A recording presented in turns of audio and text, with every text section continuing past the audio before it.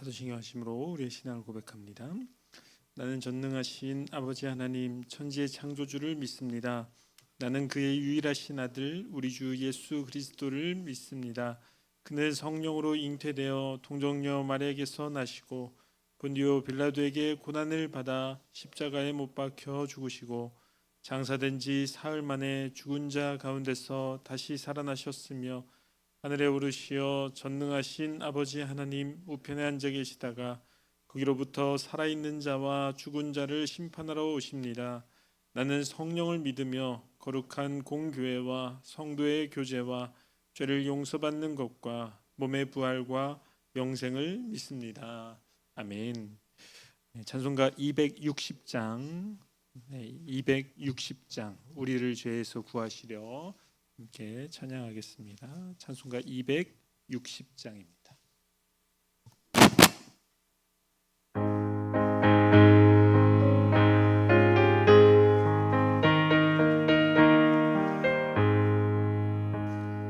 우리를 죄에서 구하시려 주 예수 십자가 지셨으니 기쁘게 부르세 할렐루야 나 구원 얻었네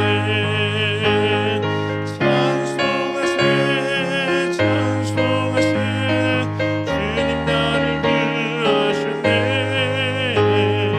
찬송하세 찬송하세 주님 구원하셨네 우리를 주께서 구했으니 이전에 가던 악한 일과 주하고 더러운 모든 죄를 온전히 버렸네 찬송하세 찬송하세 주님 나를 구하셨네 찬송하세 찬송하세 주가 구원하셨네 나 지금 죄에서 사함받아 거룩한 백성이 되었으니 이 육신 장막을 벗을 때도 겁날 것 없겠네 찬송하세 찬송하세 주님 나를 구하셨네 찬송하세 찬송하세 주가 구원하셨네 우리가 이 세상 떠날 때에 예수의 손목을 굳게 잡고 영원히 즐거운 천국에서 주 함께 살겠네 찬송하세 찬송하세 주님 나를 구하셨네 찬송하세 찬송하세 주가 구원하셨네 아멘. 네, 오늘 하나님께서 우리에게 주신 말씀은 고린도전서 10장 1절부터 13절까지 말씀입니다. 고린도전서 10장 1절부터 13절까지 말씀입니다. 우리 한 절씩 교독하신 후에 마지막 절은 합독하도록 하겠습니다. 형제들아 나는 너희가 알지 못하기를 원하지 아니하노니 우리 조상들이 다 구름 아래에 있고 바다 가운데로 지나며 모세에게 속하여 다 구름과 바다에서 세례를 받고 다 같은 신령한 음식을 먹으며 다 같은 신령한 음료를 마셨으니 이는 그들을 따르는 신령한 반석으로부터 마셨음에 그 반석은 곧 그리스도시라. 그러나 그들의 다수를 하나님이 기뻐하지 아니하셨으므로 그들이 광야에서 멸망을 받았느니라. 이러한 일은 우리의 본보기가 되어 우리로 하여금 그들이 악을 즐겨한 것 같이 즐겨하는 자가 되지 않게 하려 함이니 그들 가운데 어떤 사람들과 같이 너희는 우상 숭배하는 자가 되지 말라. 기록된 바 백성이 앉아서 먹고 마시며 일어나서 뛰논다 함과 같으니라. 그들 중에 어떤 사람들이 음행하다가 하루에 2만 3천 명이 죽었나니 우리는 그들과 같이 음행하지 말자. 그들 가운데 어떤 사람들이 주를 시험하다가 뱀에게 멸망하였나니 우리는 그들과 같이 시험하지 말자. 그들 가운데 어떤 사람들이 원망하다가 멸망시키는 자에게 멸망하였나니 너희는 그들과 같이 원망하지 말라. 그들에게 일어난 이런 일은 본보기가 되고 또한 말세를 만난 우리를 깨우치기 위하여 기록되었느니라. 그런즉 선줄로 생각하는 자는 넘어질까 조심하라. 함께 읽겠습니다. 사람이 사람이 감당할 감당할 시험 시험 밖에는 밖에는 너희가 당한 것이 없나니 오직 하나님은 미쁘사 너희가 감당하지 못할 시험 당함을 허락하지 아니하시고 시험 당할 즈음에 또한 피할 길을 내사 너희로 등이 감당하게 하시느니라. 아멘. 기도하겠습니다. 좋으신 아버지 하나님 은혜를 감사합니다. 지난 간밤에도 주의 품 안에서 편히 쉬게 해주시고 또 이 새벽에도 저희들을 주 앞에 불러주심을 감사합니다. 오늘도 저희들에게 새날 주시고 또 생명 주시고 건강 주셨는데 이 한 날도 주님과 더불어 동행하게 하시고 주를 기쁘시게 하는 한 날 되게 하여 주옵소서. 이 새벽에도 주님을 사모합니다. 말씀과 기도 가운데 저희들을 만나 주시며 주의 성령으로 충만케 하여 주옵소서. 기도의 영을 부어 주시며 마땅히 간구할 것들로 기도할 수 있게 하여 주옵소서. 주님께 감사의 예물과 또 성교 11조 구형 예물을 드립니다. 믿음으로 순종으로 감사함으로 드리는 예물을 주님께서 기뻐 받아 주시고 약속하신 하늘의 복과 땅의 복으로 충만하게 채워 주옵소서. 주의 은혜로 종의 가정들을 형통케 해 주시며 그 자녀들을 축복하여 주옵소서. 예수님의 이름으로 축복하며 기도하옵나이다. 아멘. 이 새벽에도 주의 은혜와 축복이 함께 하시기를 축원합니다. 이 고린도전서에는 이제 고린도 교회가 당한 여러 가지 많은 이제 문제들에 대해서 이제 사도 바울이 그 문제를 이제 해결하기 위해서 쓴 것이 이제 고린도전서입니다. 그래서 여기에는 여러 가지 영적인 원리들이 나와 있고 이제 그 원리들을 이제 저와 여러분이 이제 우리의 삶 속에 잘 적용하는 것이 필요합니다. 지금 이제 우상의 제물에 대한 얘기가 나왔을 때에 이제 지식이냐 덕이냐 이제 이런 얘기를 했고요. 그 다음에 우리가 권리 포기에 대한 얘기를 또 묵상을 했죠. 당연히 내가 주장할 수 있는 권리지만 덕스러운 삶을 살려고 한다 그러면 우리가 권리를 포기해야 합니다. 근데 이제 우리 사회는 이제 지식을 주장하고 권리를 주장하다 보면 갈등이 생기는 것이고 특히 신자들은 권리를 주장하고 지식을 주장하다 보면은 하나님의 뜻을 이루지 못하는 경우가 많이 있습니다.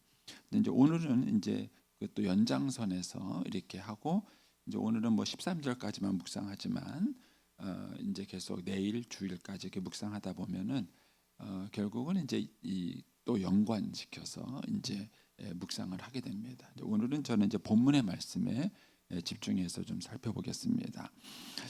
먼저 우리가 본문의 말씀을 묵상하면서 생각할 것이 우리 한국 교회가 그동안 잘한 것 중에 하나가 뭐냐면은 복음의 핵심을 잘 증거한 거예요. 예수 그리스도를 믿고 죄 사함 받아서 구원의 확신을 갖고 천국 간다는 이 부분을 한국 교회가 잘 했습니다. 그런데 모든 것이 그렇지만 어느 한쪽을 강조하다 보면 다른 쪽을 놓치게 됩니다. 소위 말하는 균형을 잃어버리는 것입니다. 그래서 한국 교회 신자들은 구원의 확신을 갖는 데는 좀 강점이 있어요. 그동안 우리 선배 목사님들이 가르친 것 때문에 내가 예수 믿고 구원받고 내가 절대 이 구원을 흔들리지 않는다라는 이 구원의 확신을 갖는 데는 강점이 있습니다. 근데 이것 때문에 나타나는 현상이 뭐냐면은 오늘 본문에 나타나는 현상이에요. 구원받은 사람이 변질될 수 있다는 것을 놓치는 겁니다. 남녀가 정말 뜨겁게 사랑을 해요. 그런데 죽을 때까지 사랑이 변하지 않을까요? 변합니다. 사랑도 변합니다. 신앙도 변합니다. 이 부분을 우리가 잘 못 놓치기 때문에 한국교회에 생기는 문제들이 많습니다. 목사는 신앙이 변하지 않을까요? 장로는 신앙이 변하지 않을까요? 권사는 신앙이 변하지 않을까요? 근데 우리가 착각하고 있는 거예요. 목사님도 신앙이 변질될 수 있습니다. 장로님들도 신앙이 변질될 수 있습니다. 그렇다면 여러분들은 여러분이 변질될 위험성에 대해서 무슨 대책을 세우고 계세요? 여러분의 신앙이 변질되지 않도록 어떤 대책을 세우고 있습니까? 무엇보다 지금 여러분의 신앙은 변하지 않았습니까? 그런 거예요. 한국 교회가 교회 내에서 생기고 있는 많은 갈등들은 초신자가 일으키는 갈등이 아닙니다. 한국 교회에서 생기는 많은 갈등들은 소위 말하는 직분자들이 문제를 일으키고 있는 거고요. 그것도 열심히 있는 사람들이 문제를 일으키고 있는 겁니다. 왜 그럴까요? 변해서 그렇습니다. 변질돼서 생긴 거예요. 그런데 이런 변질의 위험성에 대해서 우리가 간과하는 게 문제인 거예요. 자, 오늘 본문을 보겠습니다. 먼저 1절부터 4절까지에서는 은혜 받은 얘기를 하고 있습니다. 은혜 받은 얘기를 해주고 있고요. 그 다음에 이제 5절부터 6절에서는 그러나라고 생각하면서 그들의 신앙이 변질됐다는 얘기를 해주고 있습니다. 그리고 이제 7절 이하에 가서는 그 신앙이 어떻게 변질됐는가를 얘기해주고 있고요. 그 다음에 11절부터 13절에서 이제 이것을 가지고 우리에게 교훈적으로 정리해주는 이런 내용의 흐름을 갖고 있습니다. 자, 먼저 1절에 가서 보시면 형제들아 나는 너희가 알지 못하기를 원하지 않는다. 꼭 알기를 바란다는 것이죠. 그러면서 우리 조상들이 다에다 기억하세요. 다 구름 아래 있고 바다 가운데 지났고 2절에 모세에게 속하여 다가 나오죠. 다 구름과 바다에서 세례를 받고 3절에 또 다가 나옵니다. 다 같은 음식, 신령한 음식을 먹었으며 4절에 다 또 나오죠. 다가 강조되고 있어요. 다 같은 신령한 음료를 마셨어요. 그러니까는 출애굽한 이스라엘 백성들은 하나님의 은혜를 다 경험한 사람들이에요.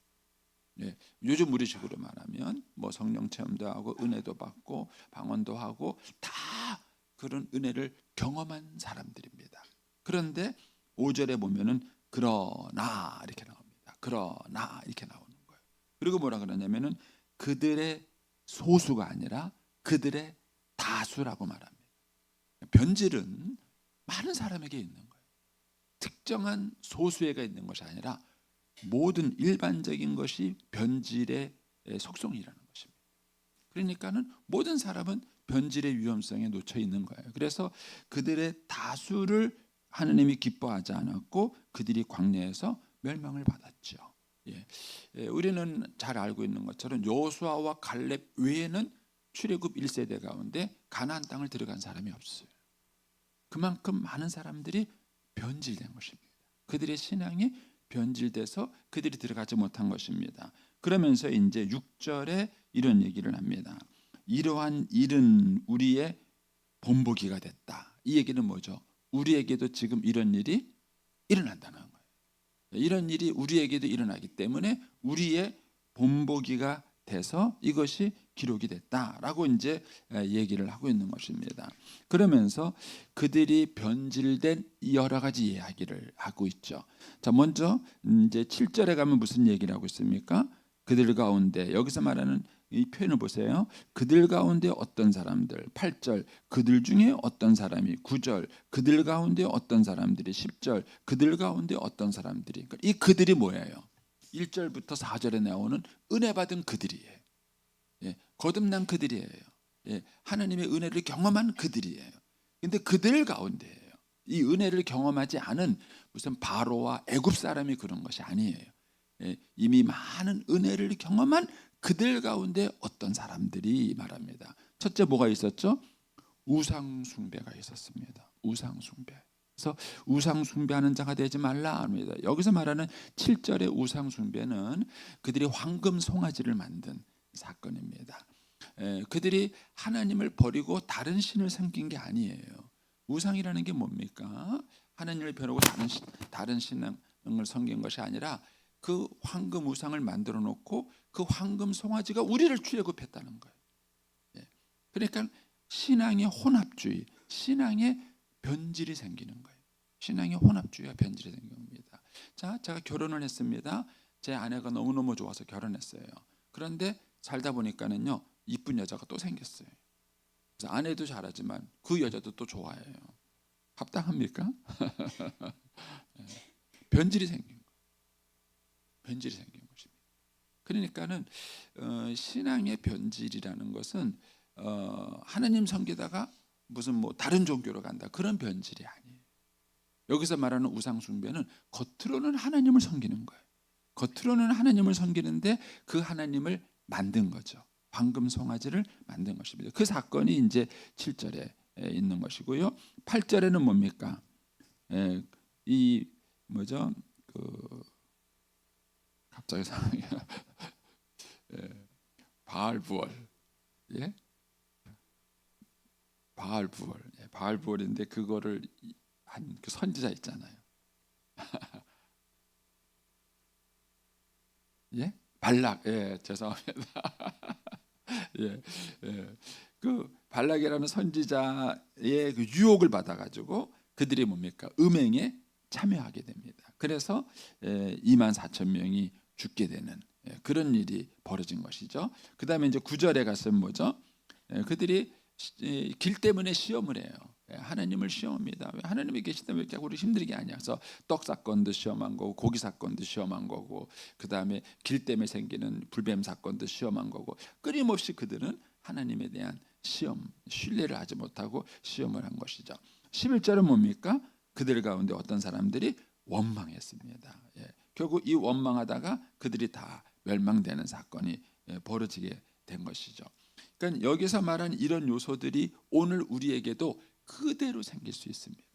그런데 자 보세요. 4가지 예를 들었어요. 바울이 우상 숭배, 음행, 그다음에 주님을 시험하는 것, 원망, 다 똑같은 우리의 신앙을 변질하게 되는 죄지만 이 중에서 가장 큰 죄가 뭘까요? 예, 저는 이 우상 숭배라 그러셨는데 저도 그런 줄 알았어요. 그런데 우리가 이제 벌을 놓고 볼 때 어떤 사람이 죄를 지었습니다. 죄를 지었을 때 이 죄에 대한 값, 예를 들어서 재판에서 뭐 징역 2년, 징역 10년, 무기징역 이렇게 말했을 때 그 차이가 뭐죠? 죄에 대한 값이에요. 죄에 대한 값입니다. 그러니까는 요 죄가 얼마나 무서운지는 값을 보면 알아요. 값을 보고 거꾸로 비교해 보면은 압니다. 저도 이제 우리 선배들한테 배운 게 있기 때문에 가장 큰 죄가 무슨 죄다? 우상 숭배죄다. 그렇게 배웠어요. 우상 숭배죄다. 그렇게 배워가지고 우상 숭배, 우리가 조상 제사 지내지 않고 이거를 우리 선배들이 너무 잘 가르쳤습니다. 그래서 예수 믿는 사람 이꼬로 술 담배 하는 사람, 예수 믿는 사람 이꼬로 조상에게 제사 안 하는 사람, 이게 우리 한국 사람들, 이 교회 안 다니는 사람들한테도 그냥 공식처럼 인식이 돼 있어요. 그래서 예수 믿는 며느리 싫어하는 게 뭐죠? 제사 안 지내줄까 봐. 우리 옛날 어른들이 예수 믿는 며느리를 싫어하는 이유가 제사 안 지내줄까 봐. 제가 이제 그런 얘기도 들었어요. 어떤 분한테 그 시아버지가 자기를 그렇게 싫어한대요. 그래서 왜 그런가 하고 여러 가지 얘기를 하다 보니까 그 얘기가 결국 제사밥 먹지 못해서 내가 죽으면은 제사밥 주지 않을까봐 그것 때문에 이제 싫어한다고 그런 얘기를 하더라고요. 그런 생각이 우리 믿지 않는 한국인들에게도 딱 인식이 될 만큼 예수 믿는 사람은 술 담배 안 하는 사람, 우상 숭배 안 하는 사람, 이게 이제 기본 공식처럼 인식이 돼요. 저도 그렇게 배웠어요. 그런데 이제 여기에 보면 이 사람들이 지은 죄와 이 사람들이 바른 벌을 비교해 보세요. 벌을 비교해 보면은 원망이 가장 큰 벌을 받았습니다. 왜냐하면은 이들이 원망 때문에 모세와 여호수아와 갈렙 빼놓고는 20세 이상, 이 여호수아와 갈렙과 그다음 뭐죠? 20세 이하를 빼놓고는 뭐예요? 출애굽 1세대가 다 죽었어. 다 죽었어. 여기에 나와 있는 이 4가지 죄 중에서 가장 무서운 것은 원망입니다. 원망. 음행보다도 무서운 것이 원망. 근데 제가 이거 갖고 깨달은 게 많아요. 한국 교회를 넘어뜨리는 건 뭐죠? 원망입니다. 한국 교회 신자들 우상 숭배 안 합니다. 적어도 기본적으로 우리 한국 교회에 조금 열심히 있고 믿음이 좀 갖고 있는 신자는 우상 숭배 안 해요. 음행합니까? 하는 사람들이 가끔 있어요. 예, 가끔은 있지만 그래도 교회 신자가 되고 직분자가 되면 누가 음행합니까? 예, 주를 시험하는 사람 좀 있는 것 같아요. 주를 시험하는 사람 좀 있는 것 같아요. 가장 많은 죄가 뭐죠? 원망. 가정에서든 교회에서든 심지어는요, 제가 직장에서도 그런 얘기를 들어요. 예, 직장에서 아유 예수쟁이라는 사람들이 얼핏하면 불평하고 뭐 불평하고 이런다는 얘기예요.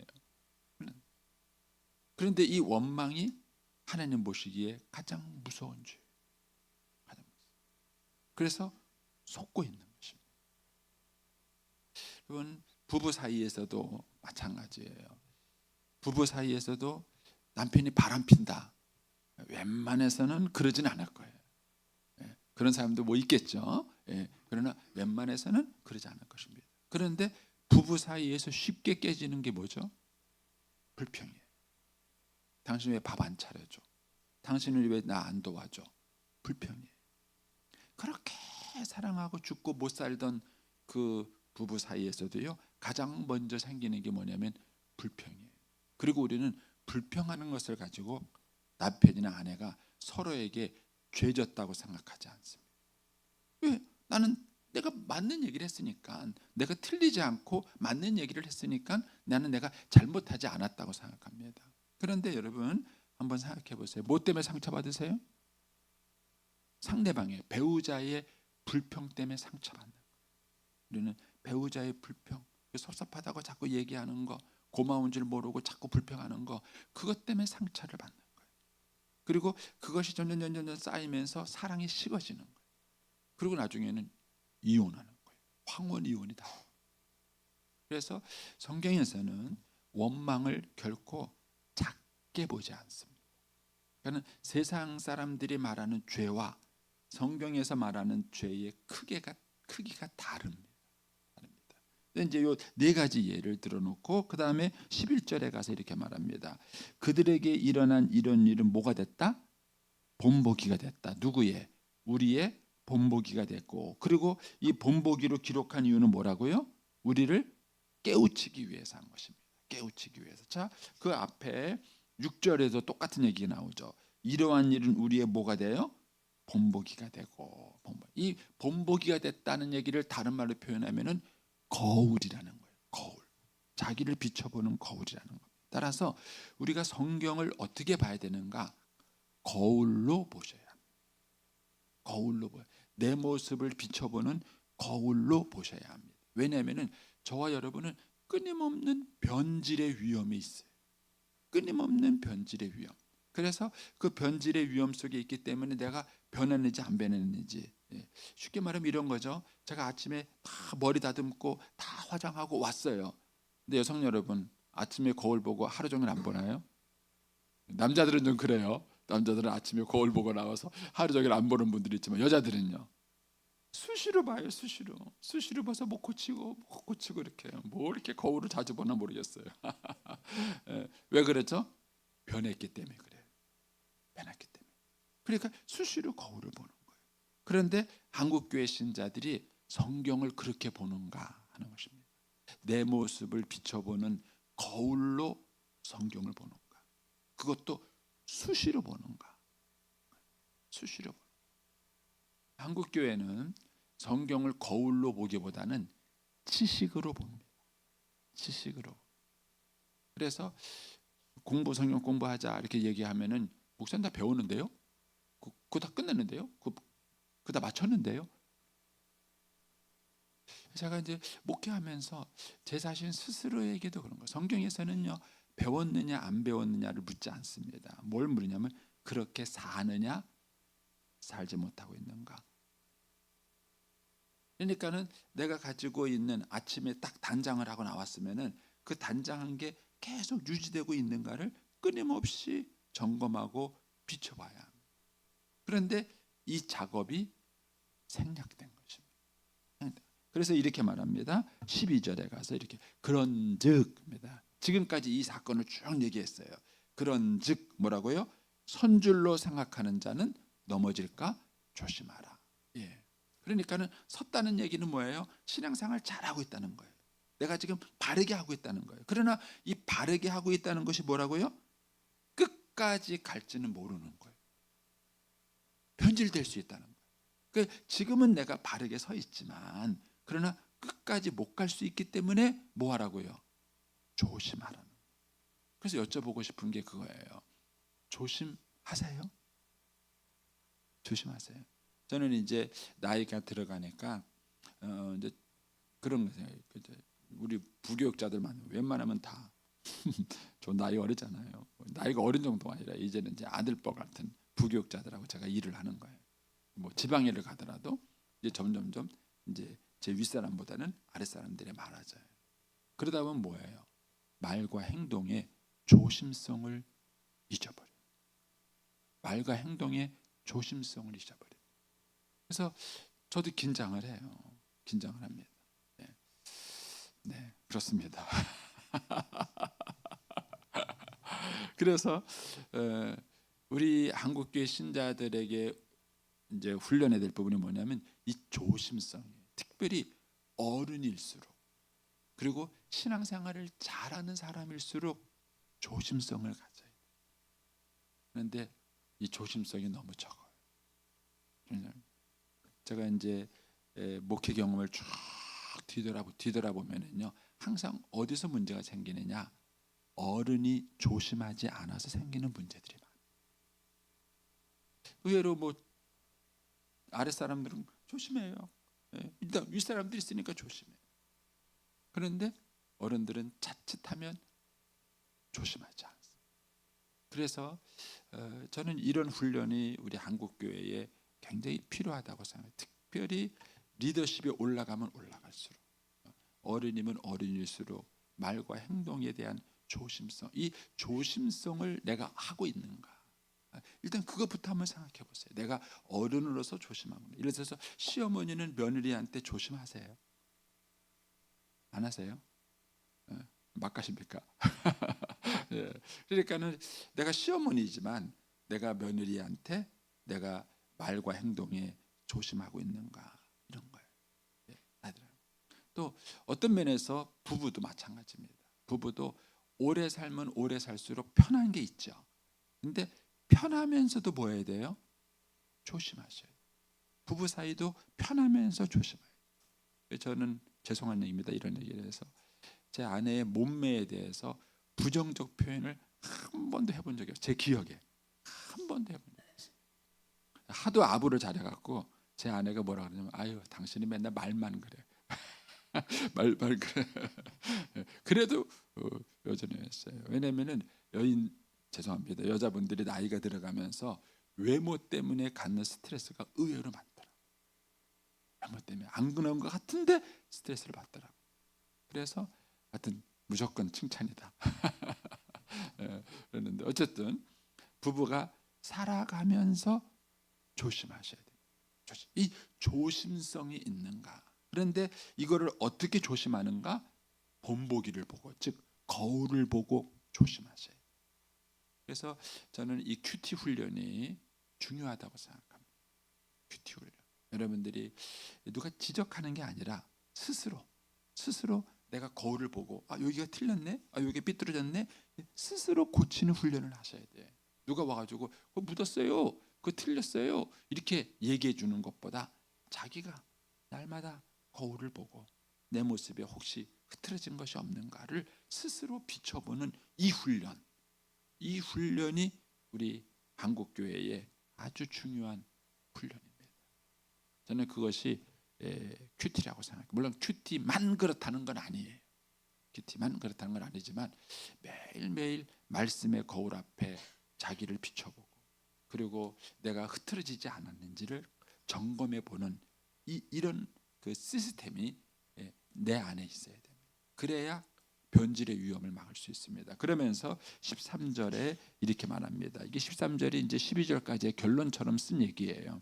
사람이 감당할 시험 밖에는 너희에게 당한 것이 없나니 오직 하나님 믿부사 너희가 감당치 못할 시험 당함을 허락하지 아니하시고 시험 당할 쯤에 또한 피할 길을 내사 너희로 능히 감당하게 하시느니라. 여기서 참 재밌는 것은 뭐냐면은 하나님은 시험을 없애주지는 않으세요. 시험을 감당할 수 있게 해주시고 시험을 당할 때 피할 길을 주셔요. 시험을 없애주진 않습니다. 왜 그럴까요? 다는 모릅니다. 성경에 몇 가지 이유가 나와 있죠. 첫 번째는 욥과 같은 이유가 있습니다. 욥은 본인이 잘못한 것이 없음에도 불구하고 시험을 겪었죠. 또 뭡니까? 사도 바울은 가시가 없었으면 좋겠다. 그러는데 하나님은 가시가 있기 때문에 네가 겸손하고 오냐. 그 하나님은 가시를 없애주지 않았죠.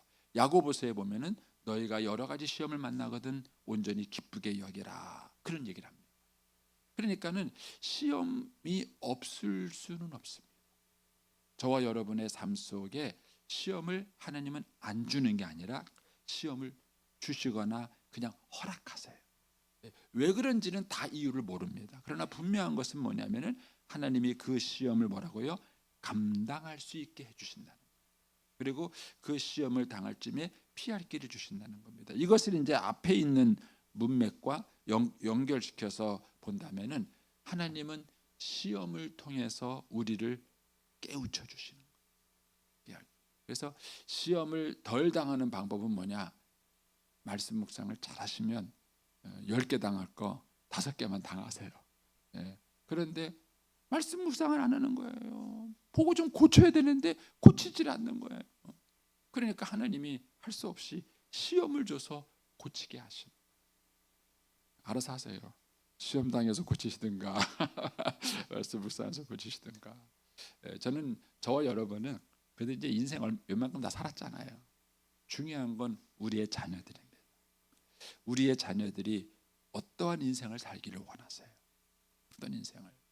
그렇다면은 우리 아이들에게 어렸을 때부터 훈련시켜야 될 게 뭐냐면은 거울을 보는 훈련. 그 거울을 보고 자신을 돌아보는 훈련. 이 훈련을 어렸을 때부터 시켜야 합니다. 어렸을 때부터 이것을 시키고 그리고 우리 아이들이 여러 가지 그 시험을 당하면서도 자기를 돌아볼 줄 아는 이 훈련을 잘 시킨다면 저는 그것이 우리 아이들을 평강하게 살아가게 하는 귀한 축복이 될 거라고 믿습니다. 저와 여러분이 이스라엘 백성의 이런 모습이 거울이 되길 바랍니다. 그들이 다 은혜를 받았어요. 그러나 가나안 땅에 들어간 사람은 다 들어간 게 아닙니다. 저와 여러분이 은혜가 은혜 될 수 있도록 은혜가 열매가 될 수 있도록 그렇게 오늘 한 날도 살아갈 수 있게 되기를 축복합니다.